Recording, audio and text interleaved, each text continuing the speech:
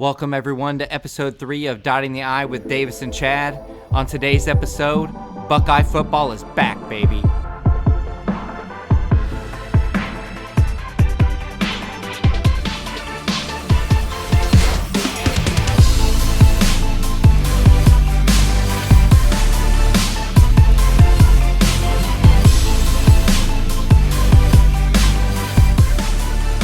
What's up, Buckeye Nation, and welcome back to Dotting the I with Davis and Chad, and welcome back to Ohio State football. It's about time. I mean, we were running out of show topics. I mean, it's a good thing they decided to come up with a decision. I'm telling you what, I feel like I've aged 15 years through this whole process, and I feel like my clothes have completely gone out of style. And your clothes always go out of style. Actually, they've never even been in style, let's be honest. I hate to say you're right, but you're right. Well, I will say this. Like I said, I'm super excited, man. I was really excited yesterday to hear the news that we were coming back. We're playing football.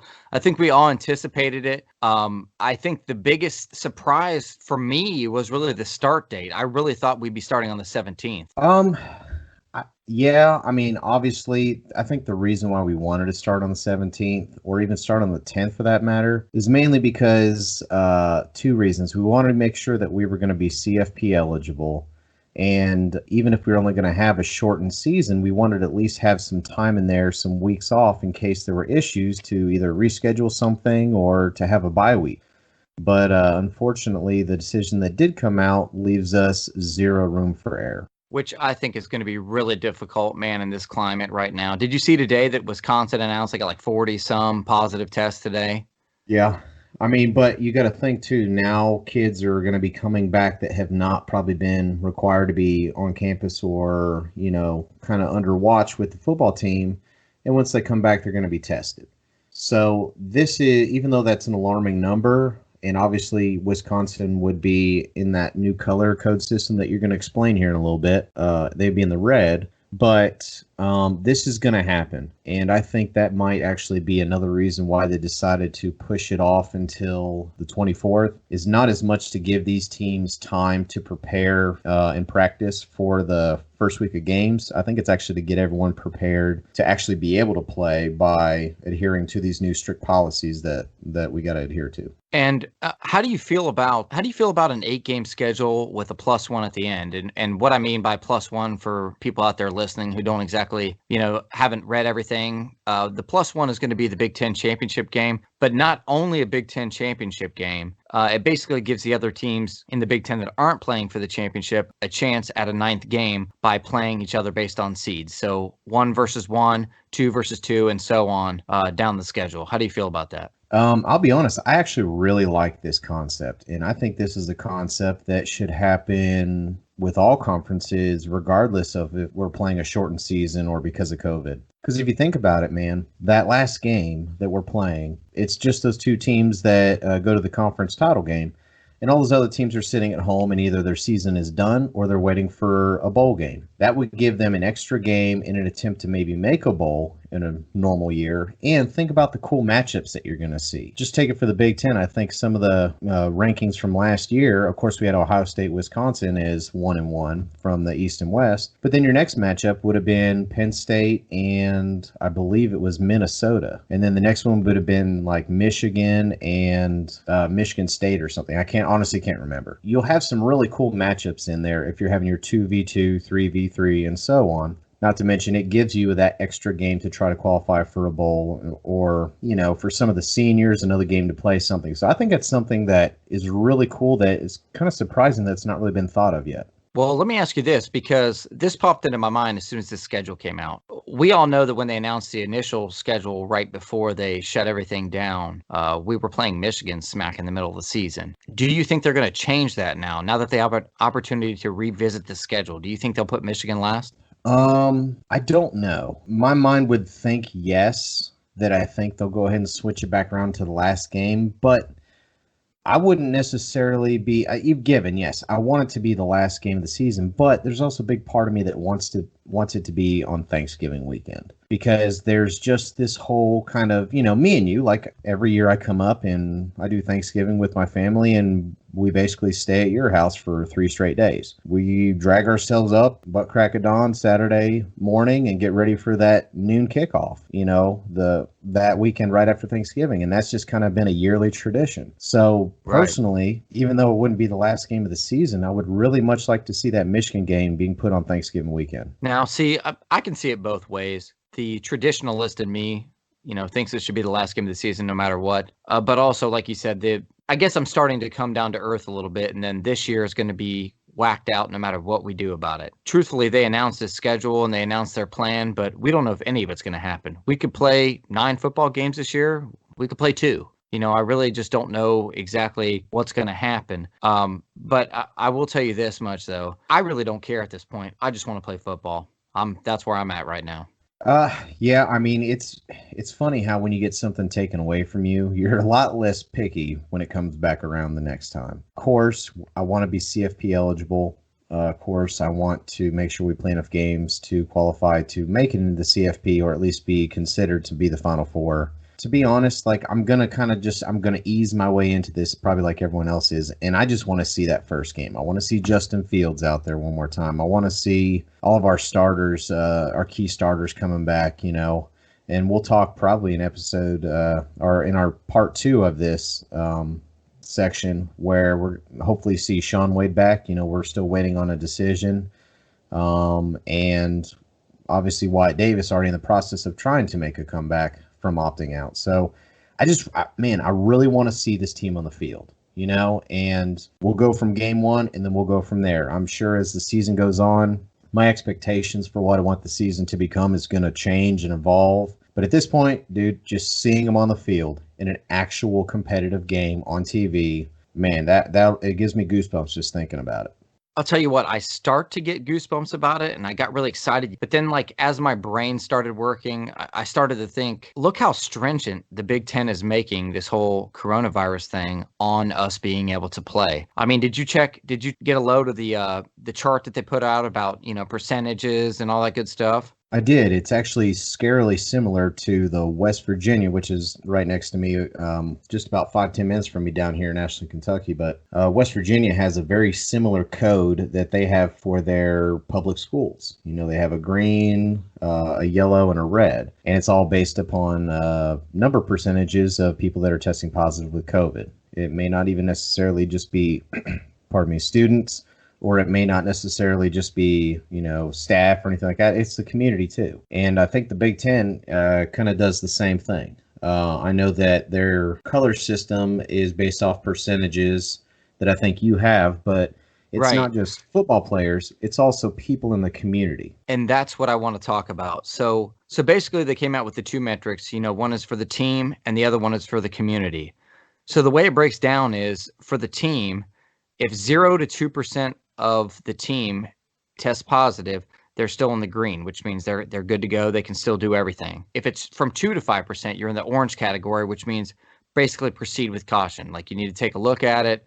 You need to monitor what's going on, but you're still allowed to practice and play. If you get over 5, you're in the red category. Okay, the red category means all practices and games stop. So that's the team part of it. On the community side of it, you have 0 to 3.5% is in the green, 3.5 to 7.5% is the orange, and then over 7.5% is the red. So the thing that is confusing to people, I think, is that it's a combination of both of those things that tell whether or not you're able to play. So if you got a green in one and a green in the other, you're good to go. If you have a green in one and an orange in the other, you're good to go. But if you have 2 oranges or a red in either one of the categories, then you're stopped from playing. And that's where I think we're going to get into quite a bit of trouble. Man, that was a mouthful. It's kind of hard to keep track of all that, isn't it? It really is, because if you get in the red category, your team can't do anything for 7 days no matter what. But if you as an individual contract the coronavirus, then you're out for 21 days. And I think that's one of the key things right there for me.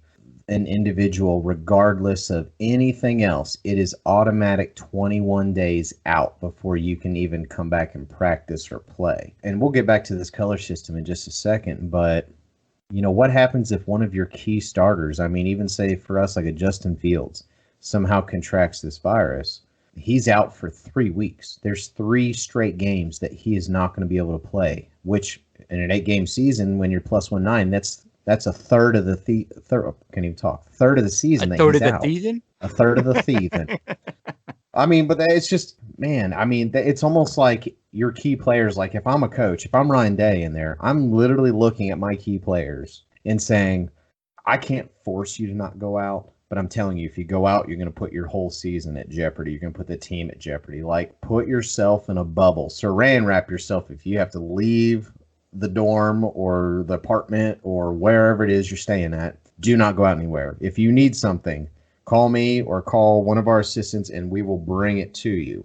Like, do not leave for any reason, you know? And that's kind of almost like what I would be telling them, because yes, we don't want our numbers up as a whole percentage wise, but man, you get a key player that gets it. So, I mean, say goodbye to the third of the season for him. And then not to mention, you're not practicing or doing anything for 21 days. You know how hard it is to just come back and play at a high level that week after that too? I mean, you might as well be coughing up half the season worth of quality play for that player. Absolutely. And, another thing I want to touch on is that I don't think a lot of people have had this run through their head yet, but regardless of how you feel about the coronavirus, part of this is on the community. I mean, one of the metrics is what we do as a whole here in Columbus, Ohio. If you're out and about and our numbers spike up or whatever, that is a hit against the Buckeyes. So it's almost like a double-edged sword there, because you're looking at, yeah, the players got to stay safe, but also so does the community, or we're not playing. And there's not going to be any way to really honestly regulate that. I mean, for the most part, though, if you look around here or anywhere besides maybe out California or a few random hotspots, no one's really in the red percentage-wise. But my question is this, like, what exactly do you consider community? Are we talking about everything within a 20-mile radius, a 100-mile radius? Is it based on zip code? Is it based upon state numbers? Is it based upon and even what reports are we honestly going on? Because sometimes there's certain people or certain places that report different than others. It feels like that's something that, sure, you got your football team. It's either yes, you're positive, or no, and we know how many people we have. There's your percentage. I get that. But the community, how are they going to be able to do that? That's a good question. They haven't put out any metrics that I've seen so far. I mean, I've only read about 75 articles on it so far, and none of them have said that. But I've read 78. Have you? I will tell you this. I heard a story today that I thought it was kind of funny to bring up. I'm not going to name the program, okay, but a certain Division I school here in Ohio is having football practices, and you know how they're testing for coronavirus? This is the weirdest thing I've ever heard. At the end of practice, every player spits in a bucket, and they test that sample. If that comes back positive, then they test the entire team. That's how they're doing it. That might be the most disgusting thing I've ever heard. I thought it was. That's why I decided to bring it up. Let's just hope to your God that Ohio State is better than that we don't have a big old spit bucket, a big coronavirus spit bucket that we're all spitting in. Oh, I'm sure they would be. I just think it's kind of funny to bring up that, it was kind of funny, the contrast, because Ohio State's taken this so seriously. They followed every protocol to keep these kids safe. But then you have other programs that this is where they are. And that kind of brings me back to the point that I was talking about, is where we can try to control as much as we can as a community, whatever that should mean, and as a school, but we can't control anybody else. Right. And then, we definitely know that frustration, because we've been feeling that for the past 35 days, where we felt completely helpless while the Big Ten sat behind closed doors and basically drank high-class martinis and probably looked and smiled and laughed at the TV screen every time it got brought up. Well, you know what? I'm sure that Kevin Warren felt some kind of relief yesterday when he finally put something out, and there's, wheels turning. So everybody's talking about how happy they are. Big Ten football is coming back and stuff.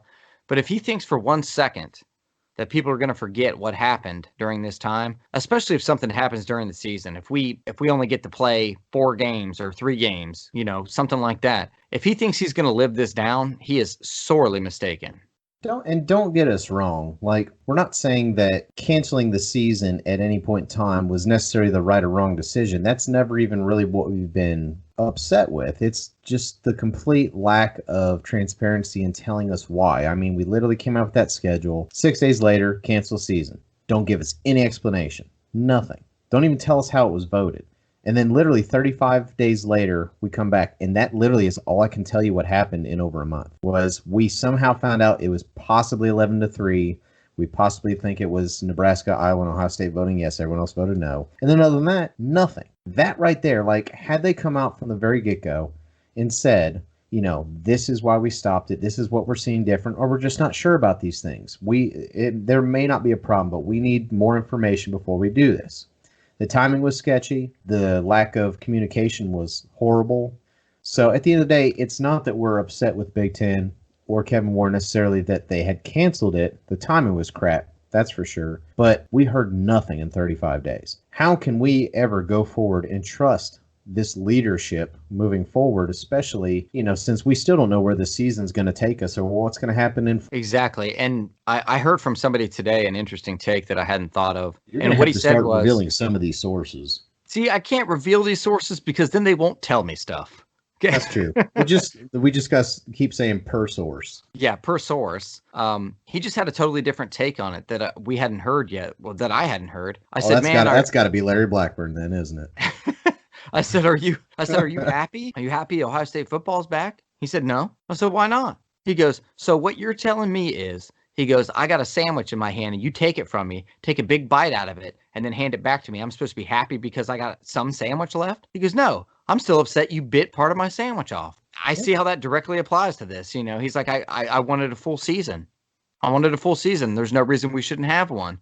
So no matter whether they're playing or not, there's still people. But at the same time, though, okay, let's say that you take a bite of that sandwich, but you kept that sandwich away from that person long enough and they had nothing else to eat. They're starving. So guess what? You finally get them that. No, you give them that sandwich back. We were starving for football. You give us anything at that point, and that's going to soften the blow significantly. It really is. But I get it. I get where he's coming from. He's not happy with taking what he's given. He wants what he's owed. I guess is kind of the way that he sees it. And I never really thought about it like that. I mean, don't get me wrong. Even though we're getting a season, we've still been robbed of an awful lot this year. And there's still no guarantees moving forward. So even though we're happy that at least we're allowed to play, barring that we pass all of these protocols, it doesn't mean that, we've given back everything that we had in the first place. We're already losing a handful of games. We're already losing the ability to probably even play as many games as what they're telling us we're going to play. Barring that we're getting both our key players that opted out back, I mean, we're going to lose players in the process. And who's to say that even when we start playing, maybe they see how it's going and they decide, hey, you know what, this is just too risky. It may still get canceled. I don't know what's going to happen. Regardless, he's right. Like, we're not getting back what we started with. I just think it just still feels to me like everything's so strict with all of their numbers that I understand they're trying to make it as safe as possible. And I'll back that 100%. But I think, they're trying to make so many T's crossed and dotting all these I's and everything to the point where it's almost going to be like, it's going to be so difficult to jump through all these hoops to actually play that, it scares me thinking that, in a month from now, are these teams actually going to be able to play? Yeah, and I just feel like no matter what, he's kind of set us up for failure. Not putting a bye week in there. I don't understand why we couldn't have started a week earlier. At least put one buffer week in there. I really don't think it's that big of a deal. Every team that was out there, all the Big Ten schools knew that this was coming. They've all been preparing, most of them anyways. I'm sure there's a couple. Well, do you know why? Well, and again, you could have switched this, but do you know why they're starting the 24th, in my opinion? Is that rule right there where if anyone tests positive, they're out 21 days. Well, when they're starting the daily testing? It's September 30th. So September 30th, if someone tests positive, they're out 21 days. If you start the weekend of October 10th or the weekend of October 17th, that player right there that tested positive on the 30th would not be allowed to play. Well, then move the testing date. But that's what I'm saying. Yeah, they're not even starting to test these kids for another 2 weeks. Like 2 weeks from yesterday? Or 2 weeks, 2 weeks from the 16th. Like, I mean, yeah. So why don't you just go ahead and start the testing immediately, and then go ahead and start it on October 10th or on the 17th, and then therefore you have 1 or 2 weeks you can have as a bye week. Part of it feels slighted to me. Like they're saying, okay, we hear you. We're going to give you football, but we're going to make it so hard for you to play football that you probably won't. They're saying like, yeah, we'll give you 8 games. You'll still be CFP eligible, which is what you guys wanted, all this stuff. But by the way, there's no bye weeks. You got to play 8 games straight. Possibly, I'm hearing through a bunch of articles that I've read that, the TV networks are talking about making us play on Friday nights. So you'll have a short week on some of those. We don't really know what it's going to look like. They keep telling us the schedule is going to come out at some point this week. We haven't seen it yet. So I don't know. We're going to play on Friday nights. That's a short turnaround depending on how the schedule goes. If we've got a Wisconsin on a Saturday night, that's a really tough game, and we turn around and play Penn State on a Friday night, that's going to be a tough turnaround. Oh, I agree. But at this point, we need to do whatever we got to do to get these games in. And I understand the scheduling is probably going to look kind of crappy. And I mean, I even remember it was several years ago, but like we started our first game of the year at Indiana on the road on a Thursday night. I think it was probably like 3 years ago or something like that, or 4 years ago. I think it was J.K. Dobbins' freshman year. And I'm just like, what are they? This is Ohio State. This is, before I'd say this is the Big Ten, but that's obviously kind of lost a lot of its luster. But this is Ohio State. Like, it's like nobody puts baby in a corner. Like, don't you dare put Ohio State on a Thursday night. Like, Ohio State, Saturdays. Man, Saturdays. And for me, preferably, like, this is a whole nother conversation, but I've never been the biggest fan of the noon games. You already know my stance on that. Other than the Michigan game, which I understand is a noon kickoff, always has been, probably always will be. I'll tell you what, man, my favorite game that I went to when it was 2005, 2006, and we were ranked 1 and Team Up North was ranked 2. I went to that game, and it was a 3:30 game, so the whole entire second half was dark out. Like, it just had a different feel to it, man. Like, I'm sorry, but, like, for me personally, I know it's in late November, so they're probably doing a lot more noon games to try to get more of the heat of the day. But, dude, play under the lights, man. Like, there's something special about playing under the lights. You know what I mean? Well, that's one of the things that I liked about Urban Meyer was that he's all about the night game. All about the night game, and so am I.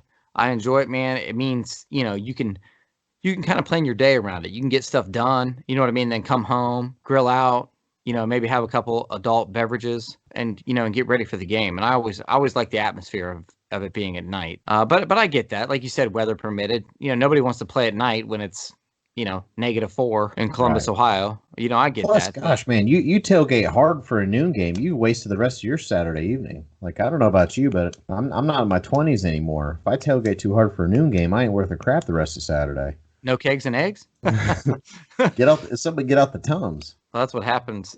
Well, okay. Honestly, I think overall, I think this is a good thing, but I think there's way too much time between now and that first game for a lot of things to go wrong, especially with all of the restrictions that they're putting out. And honestly, at this point, I think it's really going to be dependent upon almost setting up kind of like these modified bubbles. I mean, you literally can't put these college kids in bubbles. They're not getting paid. They're not professional athletes. I get that. They still have schooling and all of that. But, man, you've got to find some way to limit their contact with the outside world, and they have to almost, the coaches and the support staff and the training staff and everyone has to make them realize, like, hey, listen, I know you're 18, 19, 20 years old, some of you 21, like, you want to be kids, I get that, but if we're fought this hard to have a football season, then you need to fight extra hard to keep the season. Oh, 100%, I agree. And I can say the same thing to whatever community means.